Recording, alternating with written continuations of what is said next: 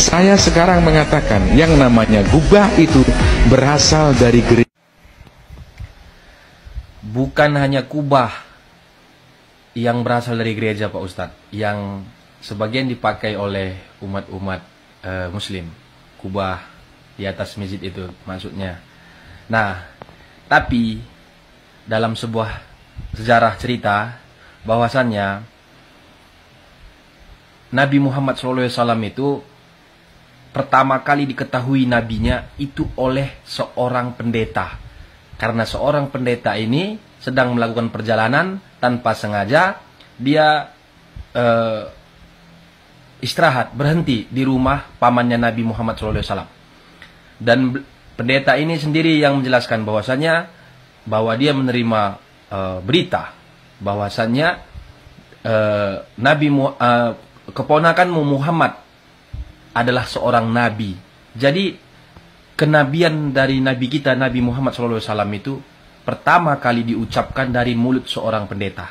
Dan ada lagi cerita bahwa sesungguhnya waktu Nabi SAW melakukan peperangan melawan orang Yahudi, beliau pernah menyampaikan kepada para sahabat pasukan perang, menyatakan bahwasannya, wahai sahabatku, silahkan lawan halal darahnya orang Yahudi, terkecuali di sana ada satu gereja, di dalamnya ada satu pendeta.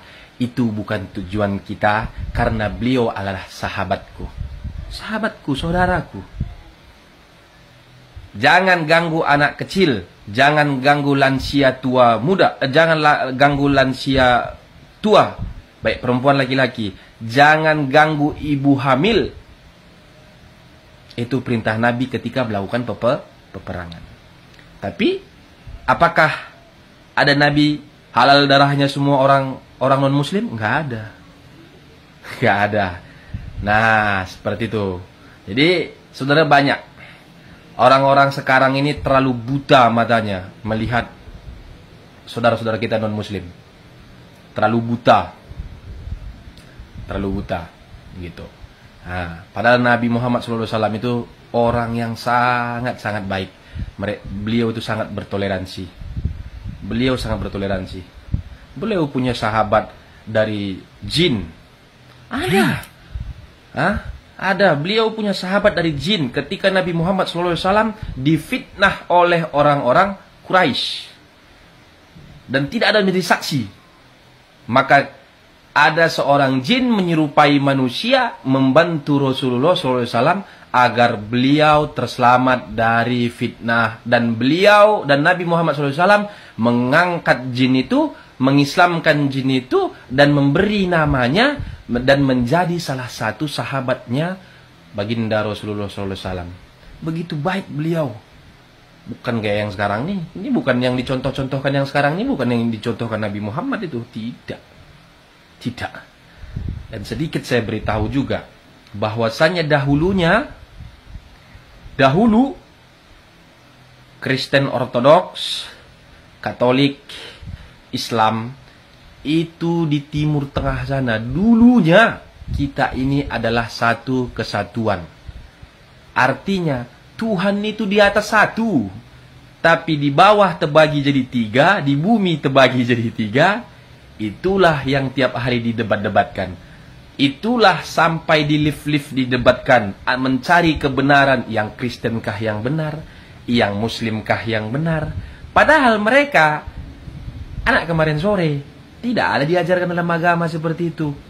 Memperdebatkan agama, saling mengejek, mengolok-ngolok, cukup memalukan itu. Banyak live-live itu yang saya lihat cukup memalukan itu.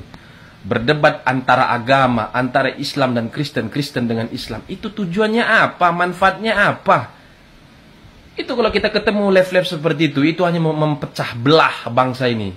Lebih baik live-live seperti itu langsung direport aja, dilaporin, blokir, hapus, biar dihapus. Nggak ada guna itu. Saya menyangka mau dia Kristen, mau dia Muslim, saya yakin itu hanya tukang pecah belah itu, live-live itu yang sering menghina, ngolok-ngolok itu sesama live, berdebat tentang Kristen adalah kebaikan, Islam adalah kebaikan. Dua-duanya baik. Tapi kalau sudah berdebat, ujung-ujungnya mengolok-ngolok, mengejek-ngejek, saling menjatuhkan. Agama itu kepercayaan. Agama adalah pondasinya manusia untuk hidup, menuntun untuk hidup, berjalan untuk hidup, makan untuk hidup, mati. Itu tuntunan orang. Tak boleh kita banding-bandingkan. Kalau kita bandingkan tetap tidak akan pernah. Kalau kita samakan tidak akan bisa sama. Jadi apa yang mau didebatkan? Sudah, kembali kepada apa kata Rasulullah. Agamamu adalah agamamu, agamaku adalah agamaku. Tidak akan aku paksa kamu untuk masuk ke agamaku, dan aku jangan kau paksa masuk ke agamamu. Itu yang benar. Damai Indonesia ini. Seperti itu. Tapi itu hanya berlaku untuk yang di luar-luar Kalimantan, sering terjadi keributan seperti itu. Tapi kalau di Kalimantan pernah terjadi sekali oleh orang-orang pendatang, dan akhirnya orang pendatang itu kami usir. Pernah terjadi sekali umat muslim membubarkan gereja, padahal dia orang pendatang, dia mengganggu gereja orang pribumi semua di situ, asli putra-putri daerah Kalimantan. Akhirnya dia yang angkat kaki dari Kalimantan. Jadi buat teman-teman semua, mari kita berdamai, mari kita bersatu, bahwa Tuhan itu memiliki berbeda-beda cabang kepercayaan di kita manusia ini, memberikan itu semua agar kita bersatu, bukan berpecah belah. Oke, itu saja. Tabe Pak Hari.